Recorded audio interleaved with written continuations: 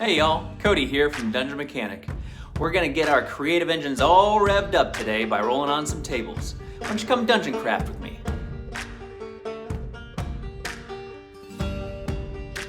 Alright, first step to crafting a room is to roll on our creature table. We've got this lovely table here, 1 through 14, we'll get a creature, 15 plus, we will re-roll, get a d20. 11, Monstrosity.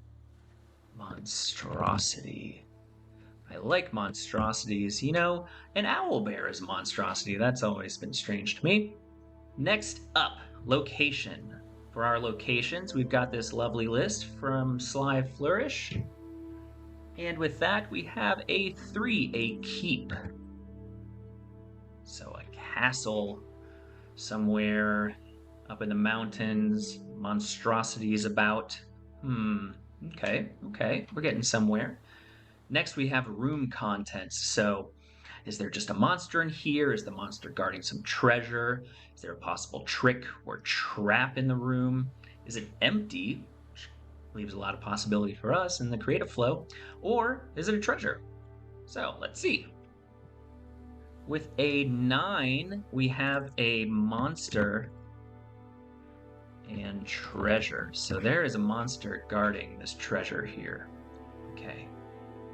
Let's think about what type of room this is. Monster is guarding it.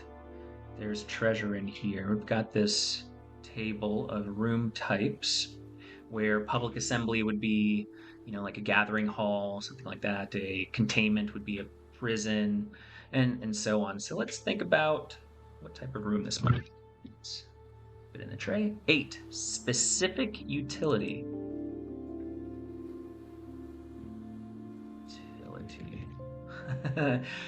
A place of specific utility would be something like a bathroom or a kitchen or a larder or a tool shed. So there is some specific utility there.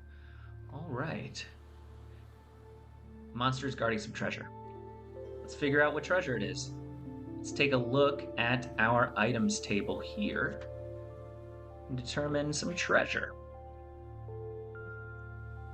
With a 16, we have a lamp. A lamp, okay. Monstrosity, check. It's guarding some treasure. The treasure, some type of lamp, lantern, illumination here, in a place of specific utility within a keep. Let's do a little bit of brainstorming, get some ideas down, and see what we can come up with. All right, our monstrosity, keep, monster treasure, specific utility, lamp settings here. Come up with 3 different ideas to kind of think about turning into an actual encounter in a room. The first one, a mimic guarding the treasure of a lord's keep where a magical lamp is stored. Mimics classic creatures to throw in there, especially protecting treasure. The second one, an Umber Hulk is stealing the lanterns of those who enter the tunnels beneath the keep. Now, if we were placing this within a larger sort of encounter or a session, this could be a secret tunnel passage into the keep. And our Umber Hulk here has kind of laid traps, almost like an anglerfish in the dark.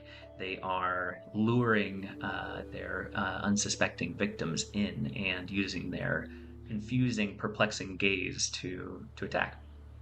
And then finally, a displacer beast in the rafters of the smithy protects the sacred flame that lights the forge. Here we can imagine in this keep there are, maybe it's run by dwarves, that there is a forge in there that, has the fire has never been extinguished, and this displacer beast is one of the many sort of protections that they might have in place. I like all of these. So we're going to leave it up to the dice. 1 through 2, we'll do the mimic. 3 and 4 is the Umber Hulk, and 5 and 6 is the displacer beast. 4, that would be our Umber Hulk. All right. So let's think about, this is underground of the keep. This is the tunnel area below. We want to make sure to create a dark, damp environment. What I have on screen here are just some notes that I like to keep in mind when sort of setting the scene. I want to keep the light, smells, sound front of mind to help really put our players in the location. I want to think about how you get in and how you get out, very important, and what the walls, ceilings, and floors look like. So, tunnels. We know there is a tunnel system beneath the keep. Say made of rough cut stone.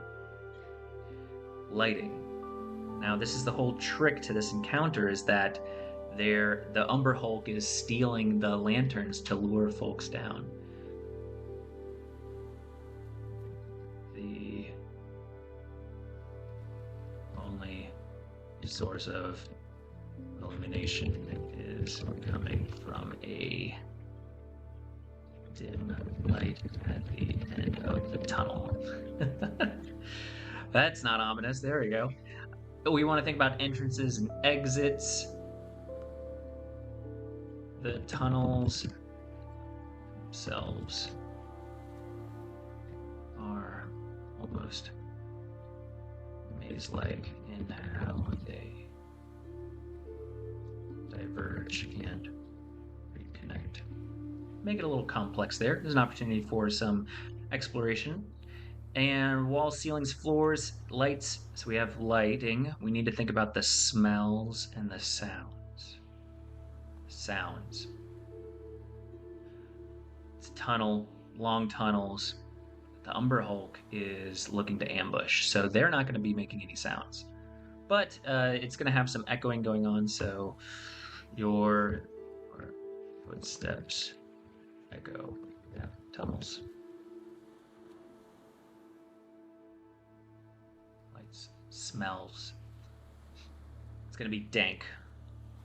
It's going to be moist. So we'll say a dank, moist air fills your nostrils.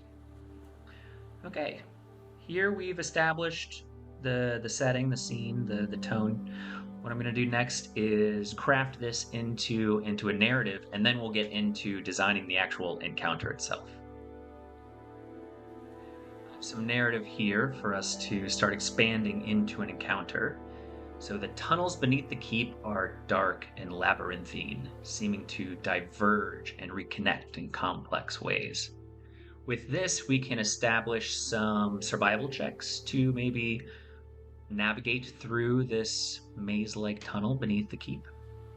The darkness of the tunnel is punctuated by the echoing sounds of your footsteps. A dank and moist air fills your nostrils. Here we're, again, we're immersing our players in the scene. And eventually we want them to see this. We want them to see at the end of the corridor, you see a faint light. How I'm thinking about designing this encounter is providing some opportunity for them to successfully navigate through these tunnels. We're not trying to build a whole session around a maze under the keep, or you could, but in this particular case, we're just really thinking about, a short little snippet of a scene. And it's going to be dark. We want to be able to reward folks with dark vision for navigating, and folks who invest in survival to try to move through here. So we'll say we want them to perform the checks. So what would happen on a failure? So on a failure, maybe they're getting further away from the light. So they're navigating through this maze, and they are thinking of the light as actually taking them up into the keep as their goal. And it can be. We're just going to place an Umber Hulk right there to keep them from coming in. So let's do a series of checks. At every check that they get correct, they get closer to the light. When they fail a check, Perhaps they still get closer to the light, but the Umber Hulk maybe gets an opportunity on them instead. So let's go ahead and set this up where we have an exploration check. Tier 2 party, exploring stuff. We don't want this to be too difficult. Let's say DC 12, survival, check to get closer to the light source. And we will give them provide advantage to those with dark vision.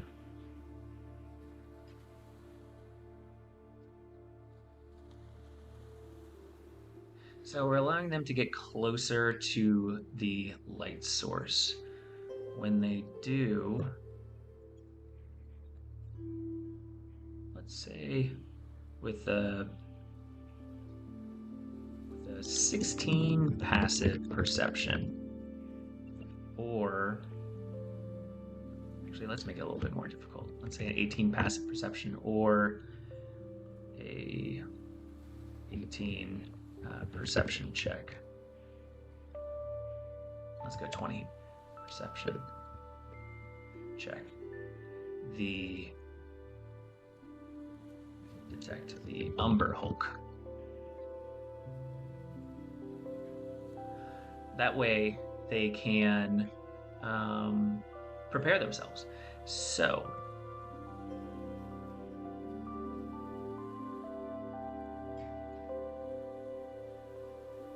we have on success, they get closer to the light source, and on failure, they get closer to the light source, but the Umber Hulk has a surprise round. Haha, there we go. Now, our lantern here is being guarded by the Umber Hulk. There's going to be an encounter. They're going to fight it. Obviously, it's hostile. There's lots of ways to get around it, but defeating the Umber Hulk reveals the passage up into the basement above the keep. All right, let's think of something else fun, a little bit of treasure that they could possibly get from the Umber Hulk. So when we rolled up here, we talked about the lamp as maybe being the treasure in there, but really it's part of the trigger of the encounter. So let's see if we can get something good here. 11 is a circlet. Okay, let's do, say, circlet.